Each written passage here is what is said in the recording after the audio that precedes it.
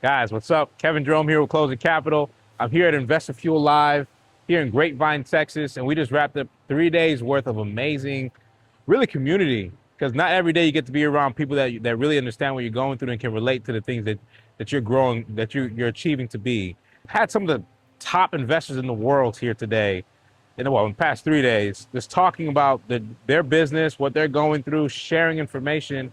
And there are some key takeaways that I gained just from interviewing some of the top 20 to 25. Number one, this is from Mike Hambright. Be a giver. Give back to your community.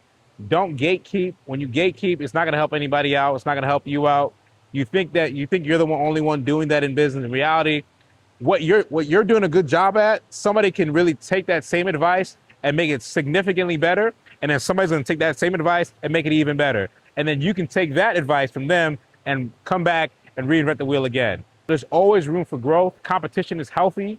You need that to really raise your thermostat. Second thing, lose your ego. There's enough deals being done in the world. You guys have to remember, what you think you're doing a lot of, it probably is really not that much compared to the next person. Not saying you should compare yourself, but just put your ego to the side and humble yourself and realize that you can always learn how to keep growing in your business and in life in general. This next one I learned is from Mr. Steve Rosenberg. He's a real estate investor. He's also a great consultant for investors, and he's got a great VA business going on. Lose the ego again.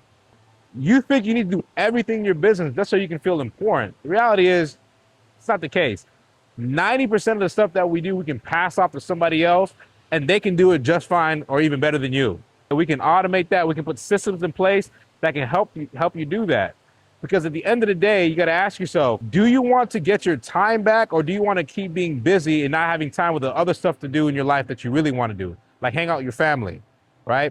Get your time back. Pay somebody to do the $10 an hour work. Pay somebody to do that. Focus on, as he calls it, the shaking hands. And lastly, I learned this from Ryan Jackson, the guy that buys trap houses.